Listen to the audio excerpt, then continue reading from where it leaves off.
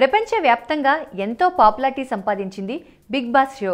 ప్రస్తుతం భారతదేశంలో బాలీవుడ్, కాలీవుడ్, శాండిల్వుడ్లో ప్రసారమవుతుంది. తాజాగా తెలుగు బుల్లితెరపై మొదటిసారిగా యంగ్ టైగర్ ఎన్టీఆర్ హోస్ట్గా వ్యవహరిస్తున్న ప్రోగ్రాం బిగ్ బాస్ షో. అయితే మొదట కెప్టెన్సీ బర్నింగ్ స్టార్ సంపు దక్కించుకున్నాడు. కానీ తన విధులు సరిగ్గా నిర్వహించకపోవడంతో కెప్టెన్సీ నుంచి బిగ్ బాస్ తొలగించాడు. ఆ తర్వాత కెప్టెన్సీ సింగర్ కల్పన దక్కించుకుంది. ఎప్పుడైతే కల్పన కెప్టెన్సీ బాధ్యతలు స్వీకరించిందో చాలా కఠినంగా వ్యవహరిస్తుందని మిగతా టీం సభ్యులు ఆరోపిస్తున్నారు. నిన్న జరిగిన టీం సభ్యుల అభిప్రాయ సేకరణలో ఒక్కొక్కరు ఒక్కో రకంగా చెప్పారు. అయితే బిగ్ బాస్ హౌస్లో బాగా ముదురు అని పిలుస్తున్న ధన్రాజ్ కొన్ని సంచలన వ్యాఖ్యలు చేశారు. నాకు కల్పనక్కలో ఎన్నో మార్పులు వచ్చినట్లు అనిపిస్తుందని, కిచెన్లో ఉన్న కల్పనక్క మాకు గోరుముద్దలు తినిపించేదని, ఇప్పుడు ప్రతి విషయంలో రూల్స్ మాట్లాడుతూ కొత్తగా కనిపిస్తుందని అన్నాడు.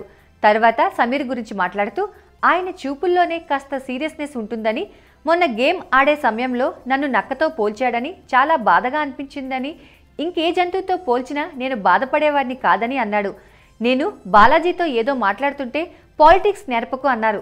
ఆ విషయంలో నేను చాలా హర్ట్ అయ్యానని, వెంటనే బాత్రూంకి వెళ్ళి పావుగంట ఏడ్చానని, 5 సంవత్సరాల తర్వాత మళ్ళీ ఏడ్చానని అన్నారు.